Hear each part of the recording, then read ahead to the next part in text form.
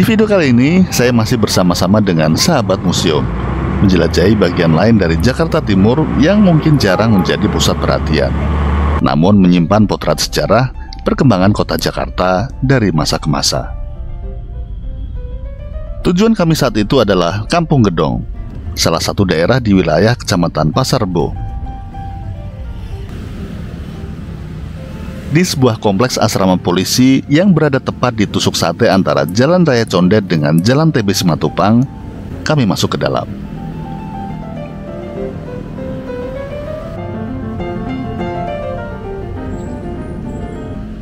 Suasana di dalam cukup berantakan. Selain terdapat parkiran mobil, juga ada tempat pembuangan sampah di sana, dengan aroma yang kurang sedap menguar di udara. Di belakang tempat pembuangan sampah, terlihat seperti lahan tanah yang letaknya agak tinggi, dibatasi dengan susunan batu-batu bata di sekelilingnya. Di dalamnya, sekilas tampak seperti kebun biasa di tanah pekarangan. Tapi kalau diamati dengan seksama, di balik semak dan pepohonan, terdapat sebuah reruntuhan bangunan di sana. Siapa yang menyangka, ternyata reruntuhan itu adalah saksi dari perkembangan Jakarta dari masa ke masa, selama 2,5 abad terakhir. Itulah tempat yang kami cari. Sebuah puing dari sisa kisah tentang Landhuis Tanjung Oost, pusat dari kejayaan tanah partikelir Tanjung Timur di masa lalu.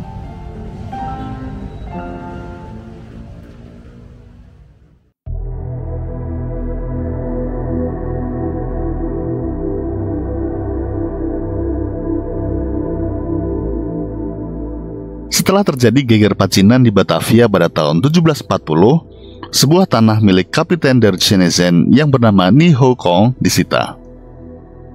Tanah itu kemudian dibeli oleh Peter van der Velde, seorang pejabat Dewan Hindia yang juga merupakan salah satu orang terkaya di planet ini pada masanya, hasil dari bisnis gula dan opium. Pada tahun 1756, ia mendirikan sebuah villa di tanah tersebut, yang kemudian dinamakan Tanjung Oost atau Tanjung Timur, karena letaknya berada di timur Sungai Ciliwung. Penamaan ini juga sekaligus untuk membedakan dengan sebuah tanah partikelir serupa yang berada di sebelah barat Sungai Ciliwung yang bernama Tanjung West atau Tanjung Barat. Sepeninggal Peter van der Velde, villa ini beralih kepemilikan kepada Adrian Jubels, lalu beralih lagi dan mencapai masa-masa keemasan di tangan Jacobus Johannes Kraan. Ia merenovasinya dengan gaya Louis ke-15 ala Prancis yang elegan dengan kombinasi elemen ukiran flora fauna khas Cina. Di atas pintu utamanya bahkan ada simbol keluarga Kraan berupa burung bangau. Dengan dinding terasa putih dan lantai ubin merah, rumah ini menjadi salah satu Landhuis terindah di masanya. Ia menjuluki rumah tersebut Groeneveld atau lapangan hijau, sehingga rumah itu disebut juga Landhuis Groeneveld. Entah kenapa dinamakan demikian. Mungkinkah ada sebuah lapangan besar berwarna hijau? Atau barangkali karena tanah partikelir ini adalah pusat perkebunan tebu dan peternakan sapi yang maju pada saat itu, dengan jalanan utama yang berpagar pohon-pohon asam yang berjejer menghijau sepanjang jalan.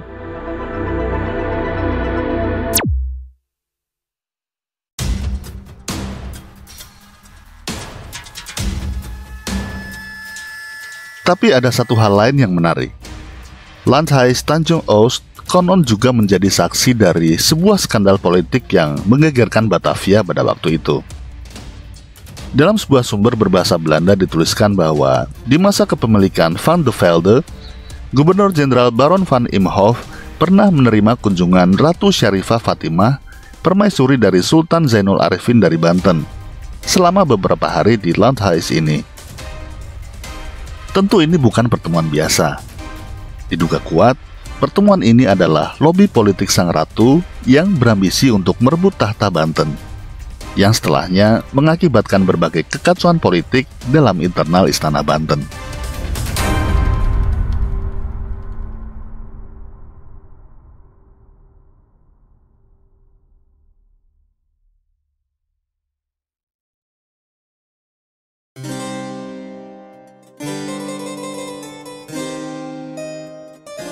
Di masa selanjutnya, rumah itu kemudian diwariskan secara turun-temurun dari keluarga Van Riemsdyk hingga akhirnya ke keluarga Ament yang terus melanjutkan pertanian di lahan Groeneveld. Bahkan di pertengahan abad 19, dipelihara 6.000 ekor sapi di tanah partikeler ini.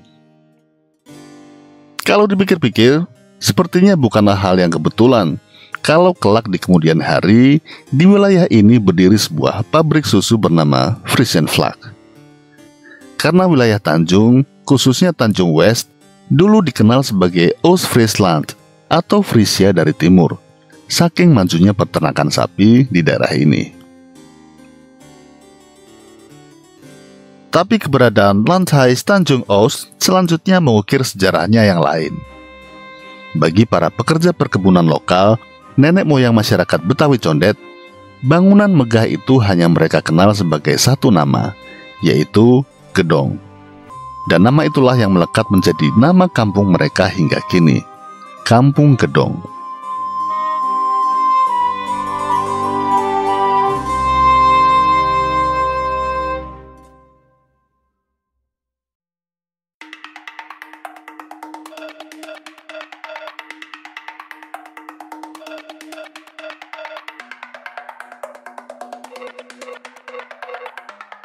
Namun di balik kemegahan Gedong itu, kehidupan rakyat jauh dari indah. Wilayah Condet yang termasuk dalam Land Tanjung Oost adalah tanah partikelir yang dikuasai tuan tanah Belanda. Akibatnya, masyarakat petani setempat hidup sangat tertekan. Mereka diwajibkan membayar pajak yang terus naik, bahkan semakin mencekik.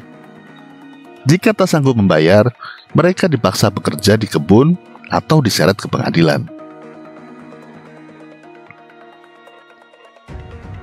Kondisi inilah yang menyebabkan lahirnya sebuah kisah kepahlawanan lokal dari sosok yang dikenal dengan julukan Entong Gendut, seorang tokoh agama sekaligus jawara yang disegani di kawasan Condet.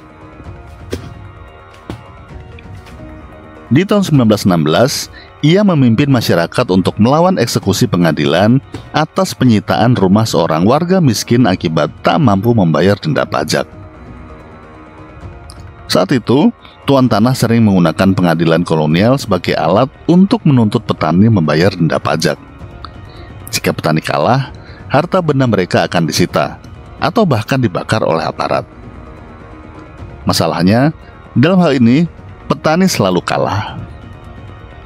Potret ketidakadilan inilah yang kemudian dilampiaskan oleh masyarakat Condet melalui beberapa insiden seperti pelemparan batu kepada keluarga Ament, pemilik Tanjung Oost,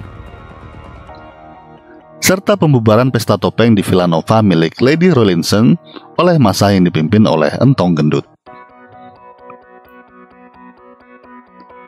Atas aksi-aksi ini, aparat pun mulai gerah. Entong Gendut dan para pendukungnya dianggap sebagai pengacau, sehingga harus ditumpas. Pada akhirnya, konfrontasi pun tak terhindarkan. Sayangnya, karena kalah jumlah dan persenjataan, massa berhasil dipukul mundur. Entong Gendut pun gugur diterjang timah panas aparat kolonial.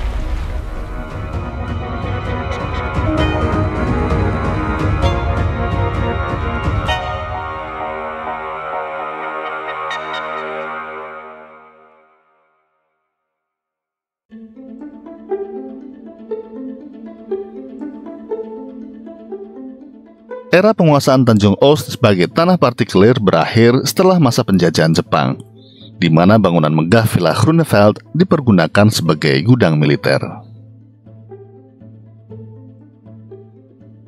Pada masa revolusi kemerdekaan, gedung ini berganti-ganti penggunaannya.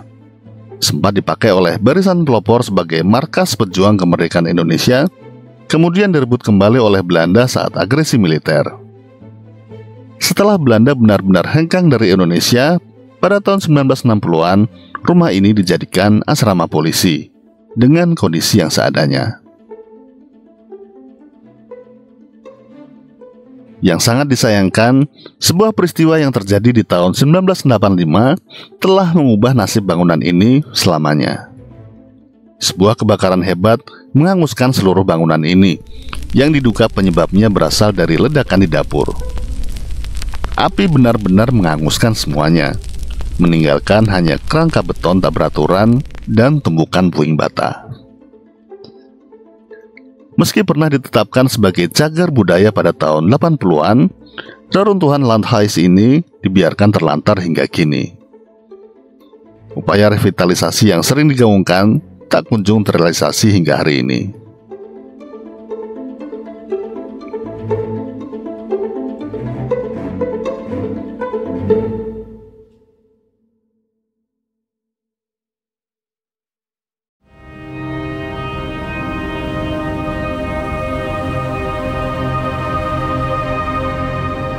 Saya berkeliling tempat tersebut, tapi tak menemukan bekas-bekas bangunan lain yang terlihat signifikan.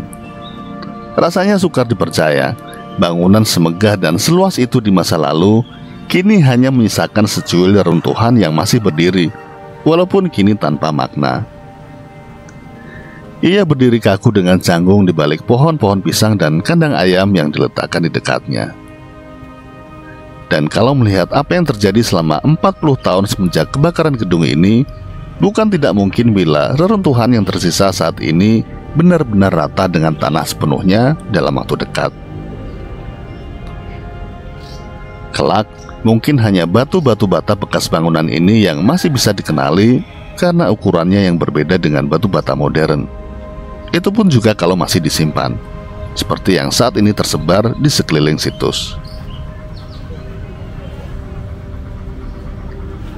Dari tembok yang tersisa saat ini pun, saya sama sekali tidak bisa menerka bagian yang manakah ini dari gedung Landhuis secara keseluruhan. Dan entah di manakah sisa-sisa dinding teraso putih yang dulu dibangun oleh Johannes Kraan. Belum lagi kalau membicarakan kusen-kusen pintu dan jendela-jendela yang besar-besar, termasuk ornamen-ornamen di atas pintu yang berukir burung bangau. Apakah memang benar-benar terbakar habis menjadi abu?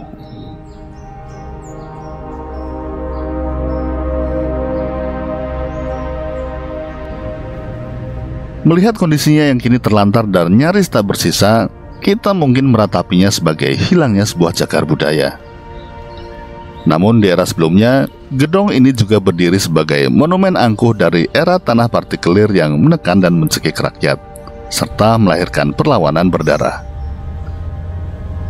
Ini memunculkan sebuah pertanyaan tersendiri.